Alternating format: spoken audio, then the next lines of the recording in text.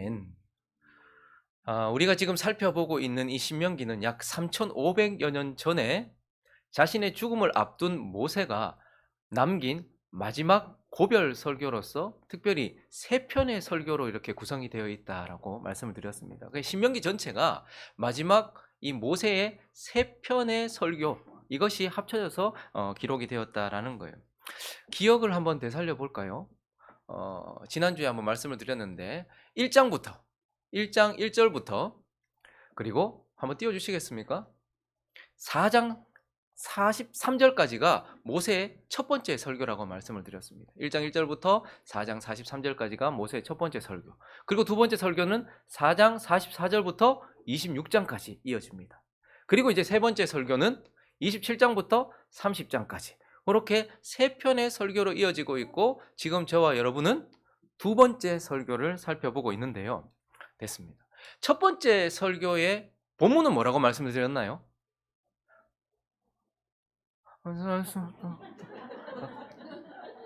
맞습니다. 맞는 것 같아요. 딱 붙들어 봐도 맞아요. 저도 지금 오늘 설교를 하기 위해서 본문을 정하죠. 5장 22절부터 이렇게 본문을 정하는 것처럼 모세도 그 첫 번째 설교를 하면서 첫 번째 설교의 본문을 잡아놨단 말이죠. 그게 뭐라고요? 이스라엘 백성들의 여정이었습니다.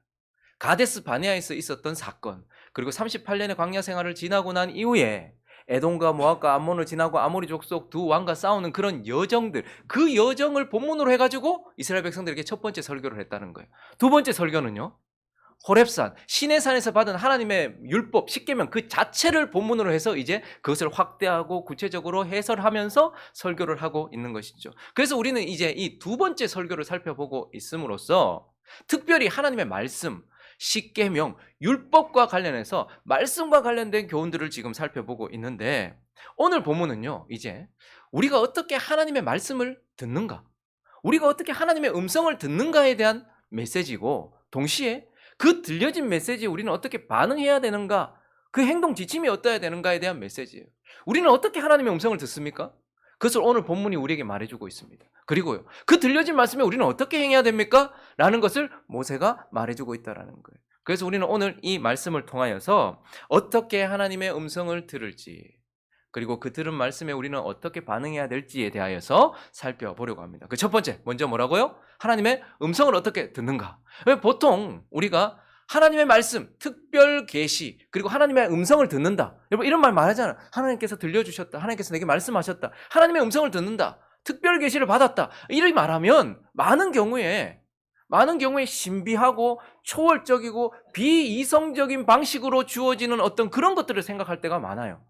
그러나 여기서 특별 계시라고 말하는 이유는 하나님의 음성이 들려지는 방식이 특별하기 때문에 특별 계시라고 하는 게 아니고, 그 들려진 내용이, 그 담고 있는 내용이 특별하기 때문에 특별 계시라는 거예요.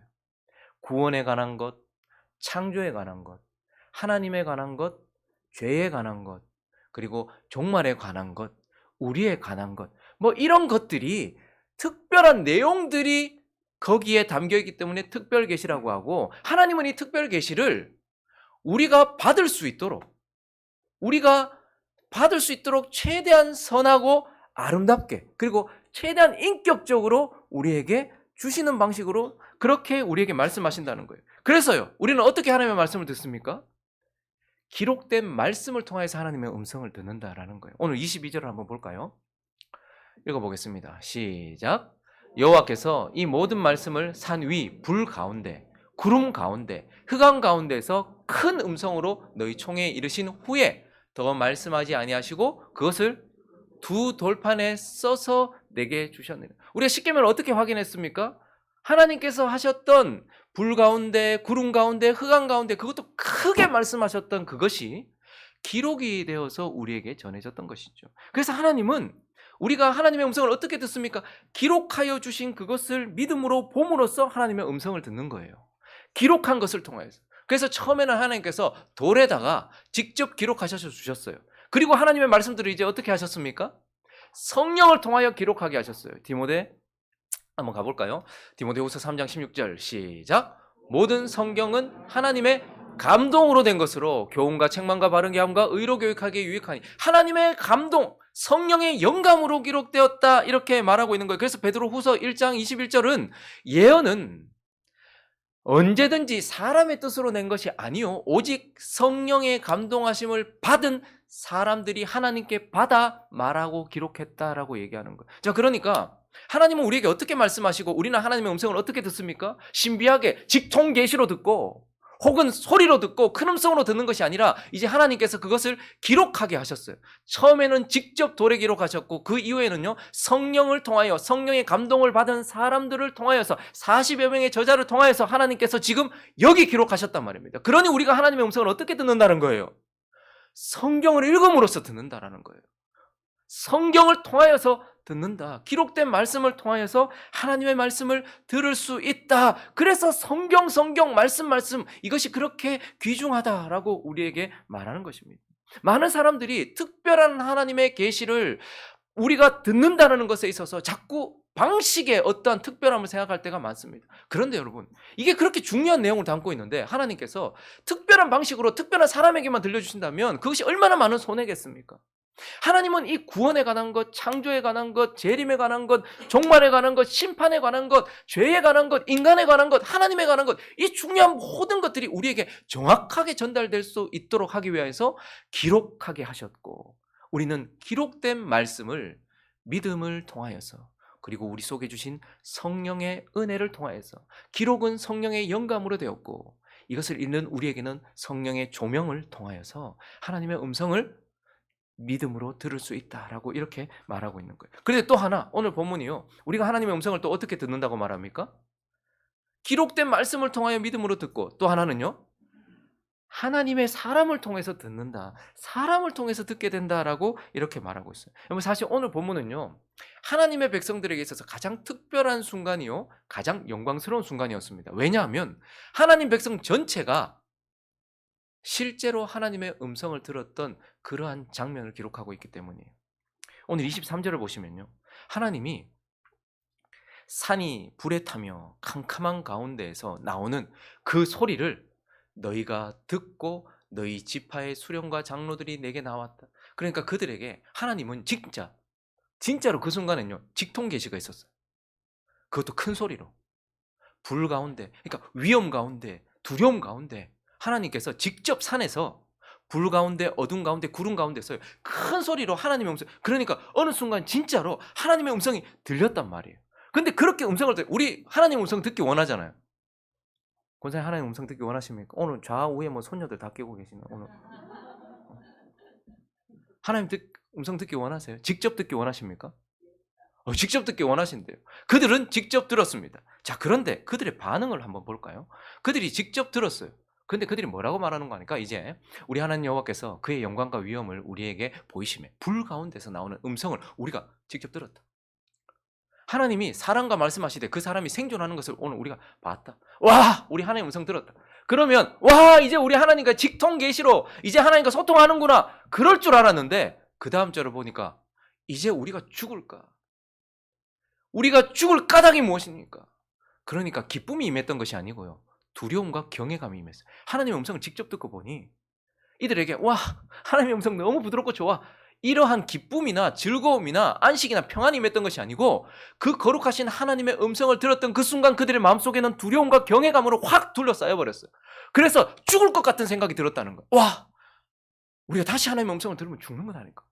이 큰 불이 우리를 삼킬 것 같다. 만일 우리가 우리 하나님 여호와의 음성을 다시 들으면 죽을 것이라. 육신을 가진 자로서 우리처럼 살아계시는 하나님의 음성이 불 가운데서 바람을 듣고 생존한 자가, 야, 이거 진짜 감당이 안 된다라는 거예요. 너무너무 두려웠다는. 근데 그냥 무서움만이 아니고 경외함 가운데 두려움이 임했다라는 거예요. 그래서 그들이 뭐라고 이제 얘기했는 거 하니까 27절 읽습니다. 시작.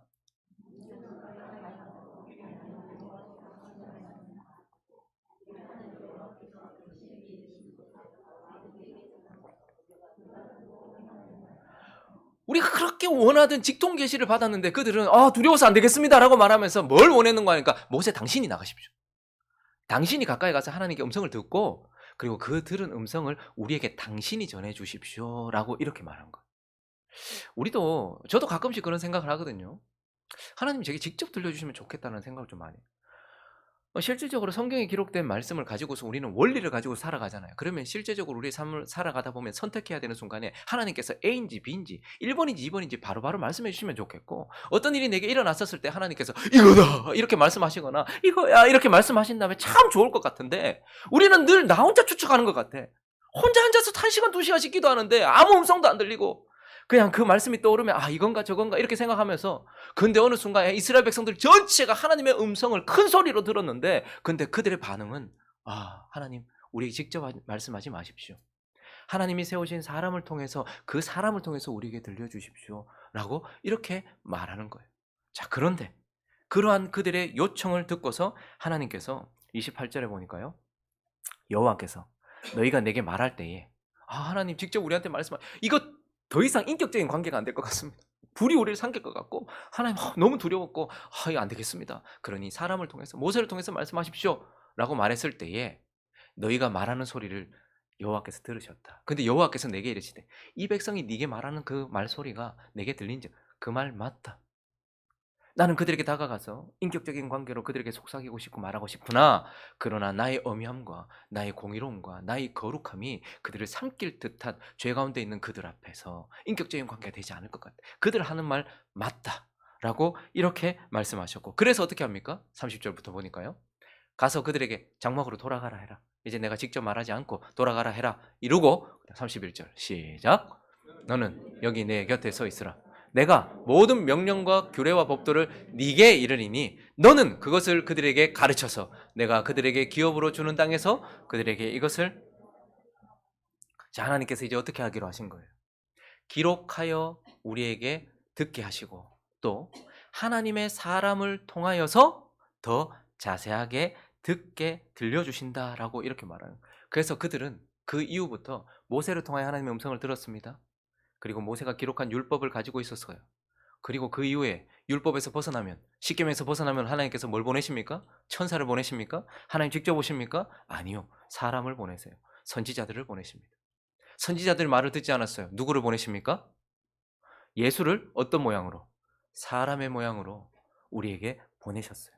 그리고요, 예수 이후에 예수가 가시고 그분이 자신의 제자들을 보내십니다. 사도들을 보내셨어요. 그리고요, 그 이후에 사도들을 통하여 예수를 믿게 된 성령으로 충만한 제자들이 계속해서 사람들에게 말하게 하셨어요. 그러니 하나님은 어떻게 말씀하고 계십니까? 기록된 말씀, 성경을 통하여 우리에게 말씀하시고, 그리고 이후에는요, 하나님의 말씀을 받은 사람들을 통하여 말씀하고 있는 것입니다. 그래서 지금 저와 여러분이 하나님의 음성을 듣고 있는 건 맞습니까?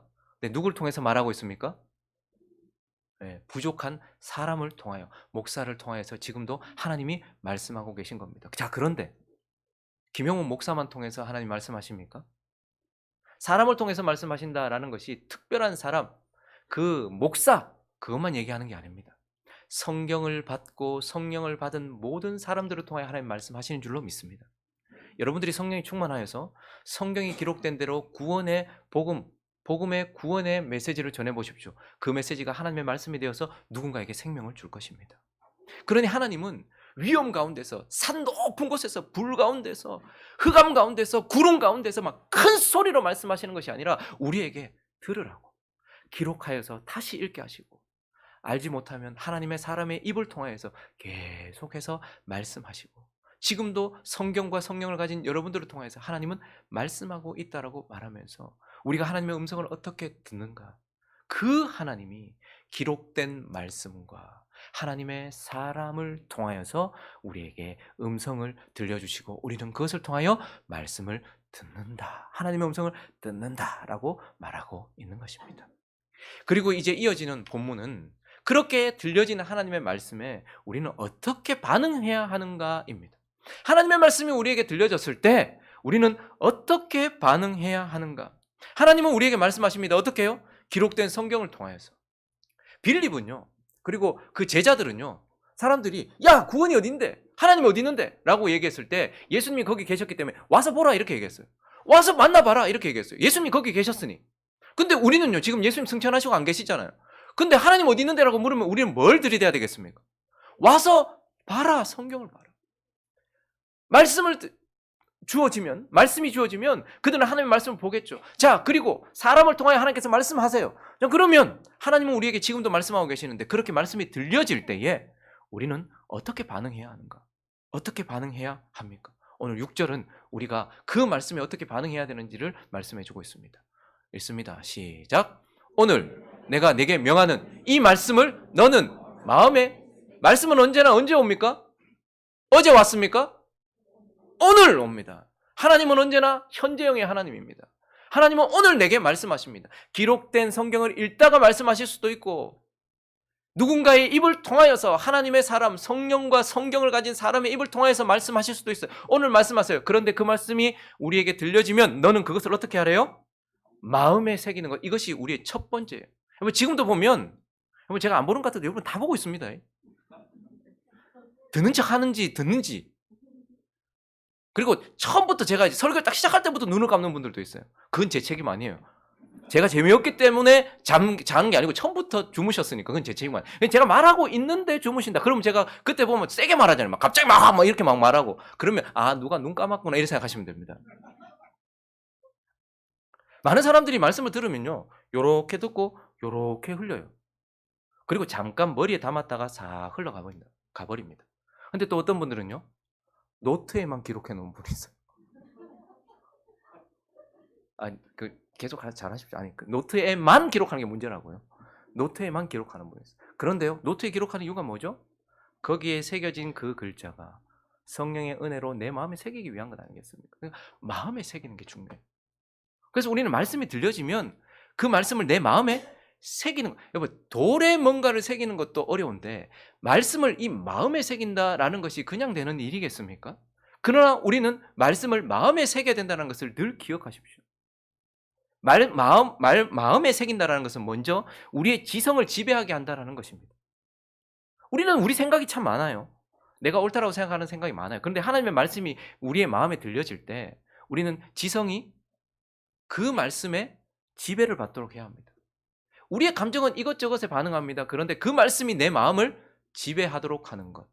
그리고 그 말씀이 내 의지를 지배하도록 하는 것.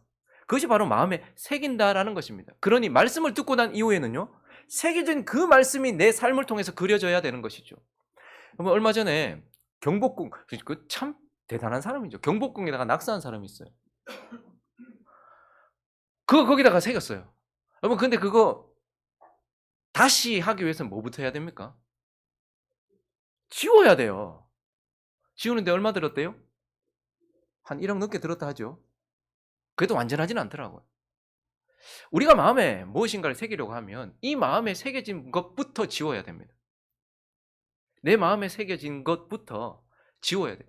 경복궁 거기에 돌에 새겨진 것도 지우는데 1억 드는데 우리 거룩한 하나님께서 주인이신 그 마음에 새겨놓은, 내가 마음대로 새겨놓은 낙서, 우리 경복궁에 새겨놓은 거 보면서 우리 저 사람 좀 미쳤다 이렇게 생각했죠. 돌았다 이렇게 생각했잖아요. 근데 여러분 우리가 얼마나 우리의 마음, 하나님이 주인 대신 그 국보보다 그 나라의 보물보다 더 중요한 하나님의 보물된 우리의 마음에 함부로 뭔가를 새겨놓았다는 것은 생각하지 않습니다. 남은 탓할 줄 알면서 내 마음에 낙서해 놓은 것들, 사단이 와서 낙서해 놓은 것들, 그런 거에 대해서는 생각하지 않아요. 그러면 확인했으면 어떻게 해야 됩니까? 지워야 됩니다. 지우는데 많은 시간과 노력이 필요합니다. 그리고요, 거기에 하나님 말씀 새겨야 해요. 새기기 위하여 내 지성을 지배하도록 하기 위해서 끊임없이 읽고 묵상하고 암송하고, 그리고 그것에 내 마음을 두기 위해서 끊임없이 내 마음을 거기에 바라보고, 그리고 나의 행동을 거기에 드리는 삶, 이것이 바로 마음에 새긴다라는 것입니다. 그러니 말씀을 많이 들으려고 하지 마십시오. 많이 들으면 많이 행해야 되잖아. 그 많이 듣고 한두 개만 선택해서 하는 것, 그것도 아름다운 것이겠지만 더 많이 막 알려고, 한국교회 성도들은 지금 지적으로 너무너무 머리가 커져 있어요. 많이 아는 것도 좋지만 그것이 삶으로 연결되지 않는다면 그거 들은 건 무슨 의미가 있습니까? 마음에 새기지 않았는데, 그저 머리에만 새겨져 있는데. 하나님은 머리에 새기라고 한 것이 아니고 지성과 감정과 의지, 마음에다가 새겨라라고 말씀하고 있어요. 자, 그리고 그 말씀이 들려지면 이제 또 하나님 어떻게 하라고 말씀하십니까? 자신의 마음에 새기라고 말씀하시고, 이제는요, 그 다음에는요, 자녀의 마음에도 새기라고 말씀하고 있어요. 읽어볼까요? 시작.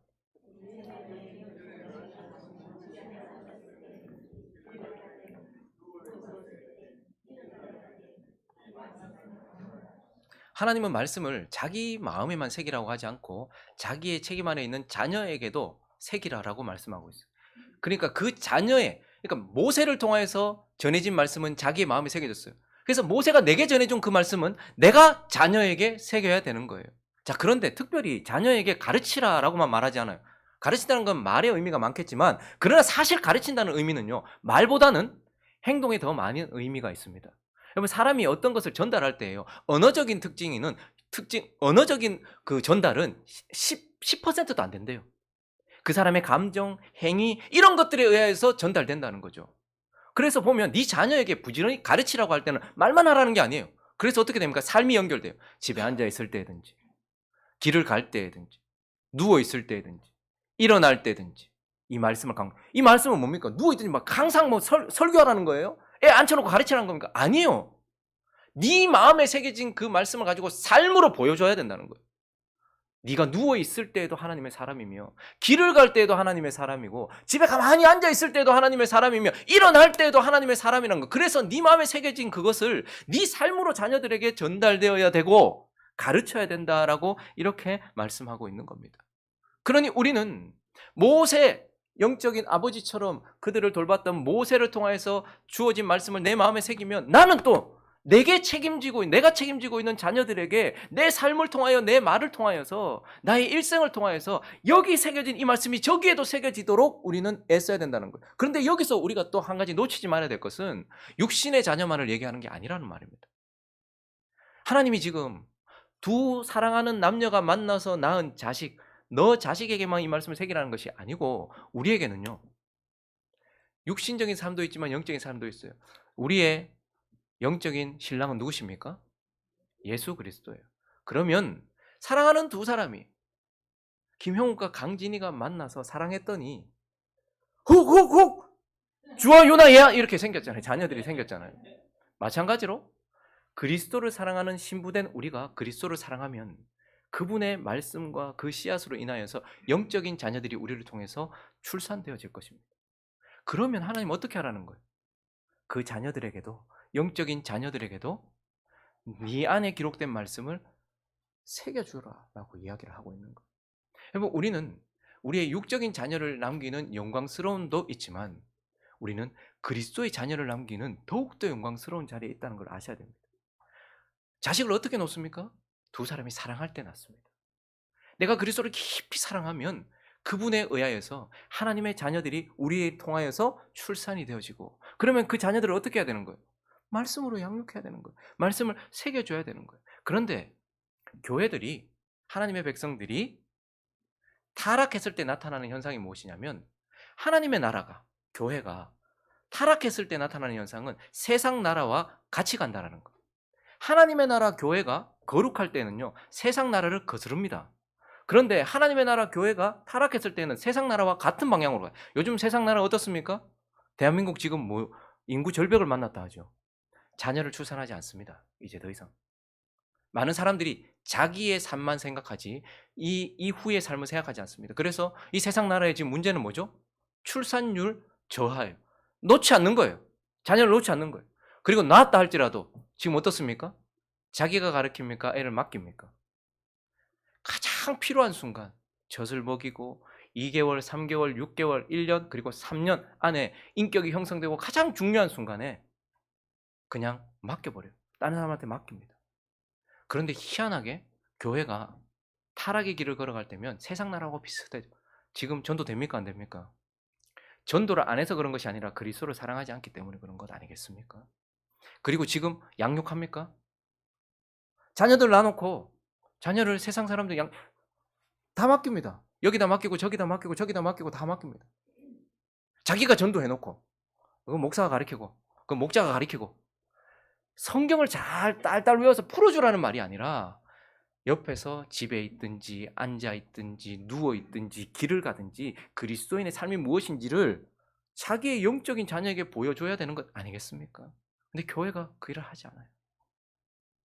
타락의 결과이겠죠. 어쨌든 하나님은 지금 우리에게 뭘 말씀하십니까? 말씀이 우리에게 들려졌다면 그 말씀은 내 마음에 새겨져야 하고, 그 말씀은 나의 자녀들, 영적인 자녀들에게도 새겨져야 한다 라고 이렇게 말씀하고 있는 겁니다. 그리고 또 하나를 더 말씀하십니다. 말씀은 또한 나를 통해 내가 책임져야 될 자녀들에게는 새겨져야 되지만 내가 있는 곳에서는 증거되어야 된다고 말해요. 그래서 오늘 마지막 8절과 9절을 보시면 너는 또 그것을 내 손목에 매어 기호를 삼으며 말씀 말입니다. 그리고 내 미간에 붙여 표로 삼고 또 네 집 문설주, 문 인방과 설주, 바깥 문에 기록할지니라, 말씀을 기록할지니라 이렇게 얘기했어요. 유대인들은 제가 이스라엘 가보니까 진짜로 그 정통 유대인들은요 여기 요만한 깍을 해가지고 이렇게 이마에다가 이렇게 해가지고 그 말씀 몇 구절 이렇게 넣어가지고 이렇게 손목에다가 이렇게. 근데 지금 그게 지금 문자적으로 그렇게 하라는 말입니까? 손목에 달아라. 네가 뭘 할 때마다 네가 하는 모든 행위에 말씀이 드러나도록 해라는 거예요. 미간은 우리가 정면으로 바라보는 그 사람 자체인 거예요. 그러니까 너를 보는 순간 뭐가 드러나야 된다는 거예요? 말씀이 드러나야 된다는 거예요. 그러니까 이건 설득시키라는 말이 아니라 선포하라는 말입니다. 사람을 설득시키는 것이 아니라 하나님의 말씀이 선포되어야 되는 건 나를 통해서. 우리는 그리스도의 뭐다? 우리는 그리스도의 편지다. 손목에다가 말씀을, 미간에다가 말씀을 붙이고 있는, 그리고 내 집, 문, 인방과 설주 모든 곳에 말씀이 새겨져 있어. 저 사람 보니까 저 사람 왜 저렇게 사는데, 하나님의 말씀이 그렇구나 라는 것들이 보여지는. 하나님은 우리에게 너희 마음에 말씀 새기고 네가 책임져야 될 자녀들에게, 육적인 자녀, 영적인 자녀들에게 말씀을 새겨주고, 그리고 세상에서는 뭐죠? 설득하라고 말하지 않습니다. 선포해라. 하나님의 하나님 되심, 죄의 죄됨, 구원의 길, 이 모든 것들이 다 우리를 통해서 선포되어져야 된다, 증거되어져야 된다라고 말하면서 하나님은 이 말씀이 네게 들려지면 이렇게 반응해라 라고 가르쳐주고 계시는 것입니다. 말씀을 정리하겠습니다. 하나님께서 이런 방식으로 우리에게 말씀을 전해주시기로 하셨는데 여러분 어떠세요? 하나님의 음성을 잘 듣고 계십니까?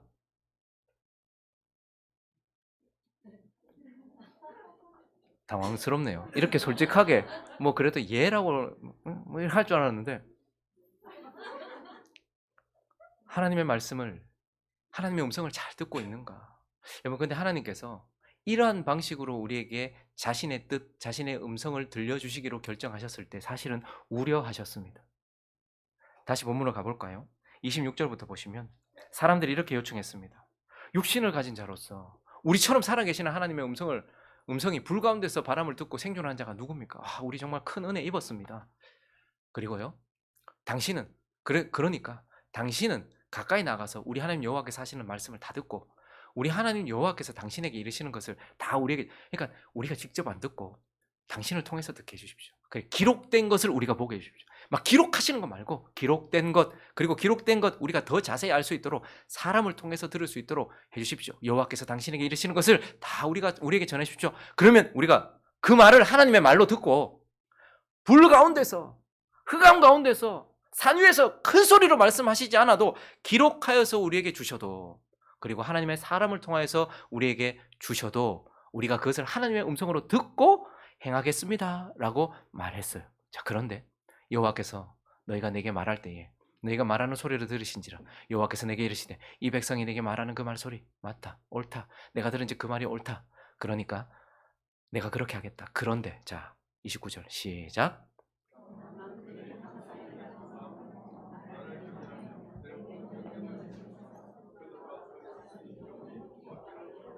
산 위에서, 불 가운데서, 흑암 가운데서, 구름 가운데서 큰 소리로 말씀하셨을 때는 하나님의 백성들에게 하나님을 향한 경외감이 막 일어났었어요. 자, 그런데 내가 그냥 기록하여서 너희에게 주고 혹은 평범한 흠 많고 점 많은 내가 선택한 사람을 통해서 너희에게 준다 할지라도 너희가 나를, 그것을 하나님의 말씀으로 받고 경외할까? 정말 그것을 내 음성이라고 듣고 내 명령이라고 듣고 지킬까? 하나님은 사실은 우려하셨습니다. 이렇게 기록해줘도, 이렇게 평범한 방식으로 너에게 주어졌을 때 정말 너희가 이 말씀을 내 말로 듣고 경외함으로 이걸 지킬까 우려하셨단 말이죠. 그런데 이스라엘 백성들의 역사 속에서는 이 우려가 실제가 되었습니다. 남유다가 내리막길을 걷고 있었던 그때 므낫세라는 왕이 50년 가까이 통치하면서 그 나라를 엉망으로 만들어 놓았을 때에 기록된 하나님의 말씀은 어디 있었습니까? 아무도 몰랐어요. 근데 그 아들 아몬 지나서 그의 손자 요시아가 왕위에 앉았을 때에 성전에서 그것도 우연히 발견합니다. 그 오랜 기간 기록된 하나님의 말씀이 처박혀 있었단 말입니다. 먼지가 펄펄 나는 그곳에, 어디 있는지도 모르는 그곳에 그 거룩하신 하나님의 말씀이 하나님이 우려했던 대로 그들이 내리막길 걷는 동안 성전 어딘가도 모르는 그곳에 처박혀 있었어요. 사람들은 그렇게 무시했어요. 그리고 이제 도저히 하나님께서 참아볼 수 없어서 이스라엘 백성들, 남유다의 역사를 끝내시려고 하던 그 절벽 앞에 서 있었을 때 통치했던 여호야김 시대에는 그 기록된 말씀을 그가 어떻게 대했습니까? 칼로 찢어서 난로에 던졌습니다. 불에다가 태웠습니다. 기록된 하나님의 말씀을, 하나님께서 인격적으로 우리에게 주신 그 하나님의 말씀을 산 위에서 큰 소리로 내지 않으니까 그것을 처박아 두고 그것을 그냥 태워버렸습니다. 하나님이 우리에게 말씀하시기 위하여 사람을 보내셨어요. 율법에서 벗어나고 십계명에서 벗어나면 언제나 선지자들을 보내셨습니다. 그런데 그들은 하나님의 권위를 가지고서 육성을 통하여 하나님의 음성을 들려주는 사람들이었어요. 그런데 사람들은 선지자의 말을 듣습니까? 안 듣습니까? 듣지 않습니다. 심지어는 죽였죠. 그러니 하나님께서 마지막 선지자 세례 요한을 보냈고 세례 요한도 목을 쳐 죽였습니다. 그리고 이후에 예수께서 오셔서도 어땠습니까? 못 박아 죽였습니다. 이후에 사도들을 보냈습니다. 다 순교했습니다. 사도들에게 배운 자들, 복음 받았던 제자들이 말했습니다. 다. 그리고 목사가 말합니다. 성도가 말합니다. 사람들 다 무시합니다. 하나님께서 우려하셨던 그 일이 이스라엘 백성들의 역사 안에 그대로 일어났습니다. 문제는 그 역사가 지금 내게 반복되지는 않는가 하는 것이겠죠. 2024년도도 하나님께서는 기록된 말씀을 통하여 우리에게 음성을 들려주시고 부족한 사람과 여러분들을 통하여 하나님의 음성을 들려주실 것이고 우리는 그것을 통해 듣게 될 것입니다. 그런데 그 순간 우리는 이것이 하나님의 음성이다라고 경외하는 마음으로 받을 것인가? 그리고 그것을 받았다면 내 마음에 새기고 내가 책임져야 될 자들에게 새기며 세상에서 증거할 것인가? 하나님은 우려하셨던 그 일이 우리에게서는 다시 반복되지 않기를 원하십니다. 그러므로 하나님께서 우리에게 들려주시는 세미한 음성을 날마다 듣는 이 축복이 있다는 것을 늘 생각하시면서 하나님의 음성을 매일매일 듣고 하나님께 감사하며 하나님의 삶을, 하나님께서 기뻐하시는 삶을 살아가는 저와 여러분 되시기를 예수 그리스도 이름으로 축원합니다. 그래서 여러분들의 삶이 기록된, 새겨진 하나님의 말씀을 그려내는 아름다운 인생 되시기를 예수 그리스도 이름으로 축원합니다.